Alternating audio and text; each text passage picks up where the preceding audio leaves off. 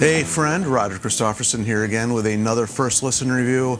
And holy man, is this like one I have been really looking forward to. I'm ready to, like, I can't even speak straight. I'm ready to babble my butt off today. It's about Dream Theater. I don't care. I love this band. I have been into this band since I was very, very young. I was into this band when they still had Charlie singing for them, and you know, I have never gone back. This is like one of these bands that I've followed everything they've done. I was heartbroken like everybody else when, Mike left the band. I mean, they did what they had to do and they carried on, but, we all kind of hoped at some point in time that, he would come back to the fold. Mike Mangini, fantastic drummer, insanely good. But I think we're all, like, most of us anyway, we're happy that, we heard the news that Mike was coming back to the band. I mean, he was always, like, in my mind, like one of the leaders of the band. Like, he had a lot of musical ideas, even being a drummer. I hate when people say just the drummer, because he was, like, insanely, like, involved in so many aspects of the band, like the marketing, the fan club. He had a lot to do with. He archives all their stuff. He was always the one that came up, that found all the material for all those archive fan stuff they did. He really has a lot to do with the arranging of the songs and the writing of the songs, lyrics, music, everything. So he was a big part of the band. I don't know how much Mike was involved in that, but obviously the sound of the band changed drastically when Mike left. So Mike and Mike, I didn't realize I was just doing that, but anyway. So when I heard he was coming back, and they released the single Night Terror, it seems like it's been quite a while ago. I was really into it. I couldn't help myself. I had to listen to it, and it was everything that I wanted it to be. And so I've been very eagerly awaiting this, this album. So I didn't really have any conceived notions of what this was going to sound like. I was just hoping it was just going to be a good album, and that's what we got. I've listened to this thing several times through, and I've actually kind of lost count how many times I listened to it through. I've been driving around with it today, just had it blasting all day. So it's only 8 songs, but there's a lot of music. I mean, it's 71 minutes long, so there's a lot of music here. There's a lot to go through. I'm not going to go through like every single song, track by track or anything like that. But the overall theme of the album is a themed album. It's called, did I even say, Parasomnia? And it's kind of about, having bad dreams, having trouble sleeping, and each song has a different lyrical theme, and they take turns writing the lyrics on it between John, James, and Mike, and they just kind of came up with some interesting topics. Although it starts out with an instrumental, so there's like no singing on this album for quite some time. I think we're about 6-7 minutes in before we actually hear any vocals at all. I actually really like, his voice. I think that James's voice, that is, and I think, we all know that he had some vocal issues going on. He really sounds good on this album. He's not going for those crazy high notes like back in the early days. And, I get why people complained about that, because live he kind of lost the enunciation and stuff. But I always like the tone of his voice. I know some people don't, but I've always really enjoyed it, especially on first couple albums when he really had that. They had a different production on the first couple albums, and it was really, especially on songs where he sang in his lower register, like Another Day and Hollow Man, stuff like that. I just thought he had a really good texture to his voice, and I don't know, I've always enjoyed it. So anyway, so going back to this album doesn't sound really much like those first few, though. I kind of get more vibes of like Train of Thought, maybe something along those lines. It's a heavier album. Even Octavarium had some heavy moments in it, and the majority of this album is pretty heavy. It starts out, with some weird, I don't know, sound effects and stuff going on. I guess it's supposed to be, something to do with bad dreams. I didn't really pay much attention to it, quite honestly. I was just ready for the music.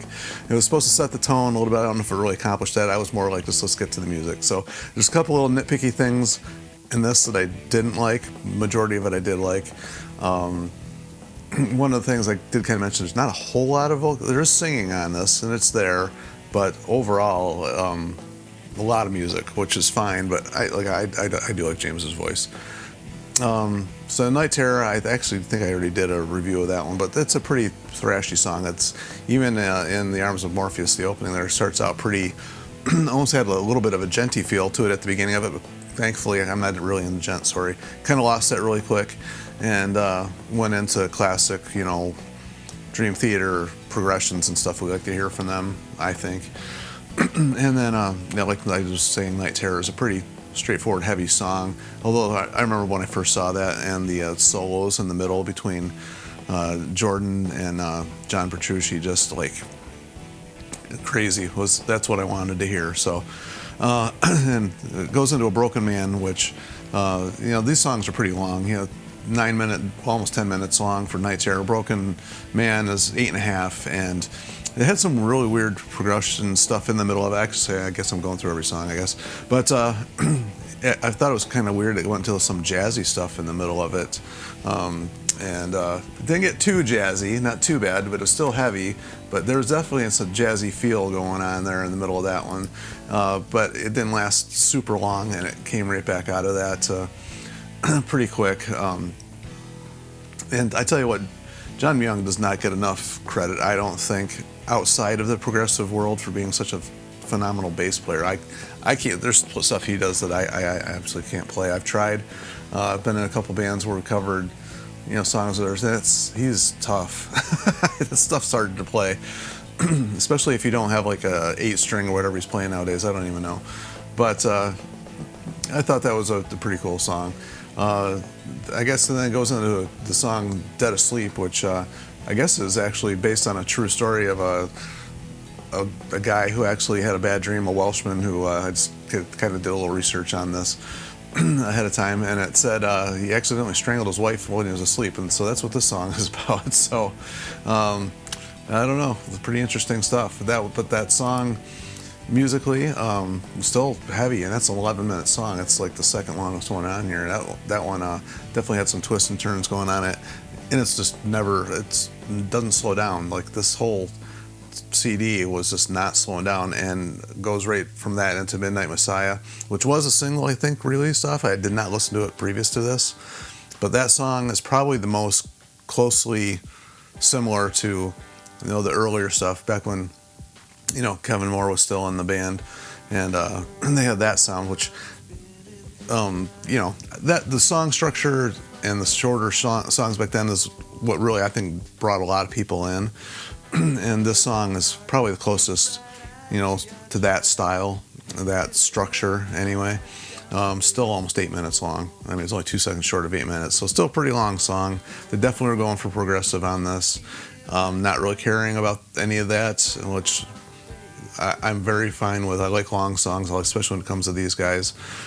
And but the structure of that one I think was close as far as having a repetitive chorus thing going on and a more solid structure. But it goes right from that into a little interlude, which I could have done without. I really don't know what that was in there for. So that's another one of my little nitpicky things here. I don't even know why that was in there. They could have just left that. I was supposed to keep the mood scary, I guess, for this. But it's kind of funny where they put it, because that song that goes right into the song "Bend the Clock," which is kind of like the most uplifting song, musically on on the album. But I don't know.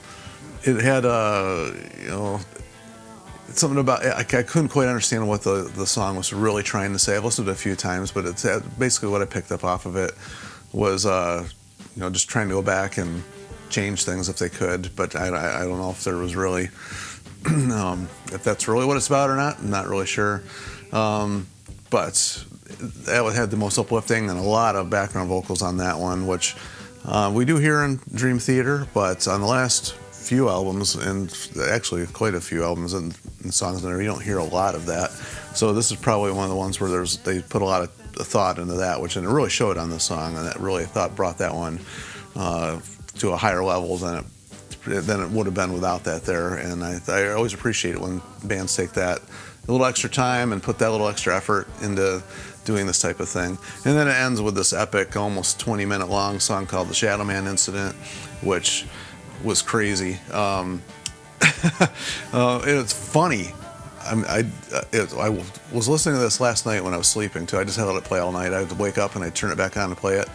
I was having the weirdest dream during this song. I was picturing some epic show where these guys were playing, but it was like Jordan was on drums for some reason, and he had hair, and it was really strange, and it was this very unsettling scene in my dream, and I woke up and I was like, holy, that is weird. And especially the album's about dreams and stuff, but the kind of lyrical content of this is like seeing an apparition and trying to like escape it or something along those lines. It's still not quite clear what they're talking about in that song, but it gave me the feeling of like the very first Black Sabbath song. That's, you know, same thing. Geezer had a dream. He wrote a song about it. It's the scariest song that they had ever done, you know, and that's what they wanted to be from that point on. And lyrically, that's kind of what I got out of this one too. And then I had a weird dream in the middle of it, so I was all weird. But anyway, killer song, and that one just never slows down really at all either. The only other little nitpicky thing I had was in Bend the Clock. There's a solo that John is doing there. Just the sound of his guitar. He's a very fluid player. He needs to come up with some killer stuff. And if the song faded out, I personally hate songs that fade out. I hate that. I just think it's a waste of music. It's why? Let us hear it. I just hate that. The 80s used to do it all the time, man. Those 80s bands used to drive me crazy. So when I hear that, I just like, man, I don't want to say it's lazy, but come on, find an ending that you wrote, like the most intricate, amazing music. You can figure out how to end the song. I'm just saying. But anyway, and it's interesting that Libri wrote the music, or the lyrics to that one too. But yeah, Petrucci, Mike, he wrote the lyrics to the Shadow Man Incident, so that's you know, shows his influences there, I guess. But overall, I really like this album. It's I haven't listened to the ones with Mangini in it. Especially, I've never even gone back to the Astonishing. I listened to that thing one time. I've never gone back. And a couple of the other ones, they just didn't feel right to me. The music was great. The last one they did was okay. I'll give them that. The production was better on that one. But man, was this like refreshing to hear this. It was, I mean, just what I was hoping for. And if they're going to keep making more albums, then whatever, you know. We may get more of what, you know, I'm sure they'll change direction and do some other stuff here. That's one thing we never have to worry about with Dream Theater, is they're very creative and they'll come up with some cool stuff that I think we'll all enjoy and be very happy with. But maybe I'm just, I'm definitely speculating. But anyway, I've really talked a long time about this and did not intend to do that. But man, this is a cool way to start out the year. I know it's February, but still. For stuff that came out already, it was not like blowing me away like this. There's been some good stuff so far, but this one really did the job for me. So anyway, as always, feel free to, you know, leave your comments below. Tell me I'm way off base. I don't care. It's all opinion anyway, so who cares? But as long as we're talking about it and keeping this music alive, which is where I say, make sure you like, share, and subscribe to keep this music alive, because I definitely want to keep hearing more of this stuff. So anyway, I'm going to stop. I babbled forever. So until next time, we'll see ya.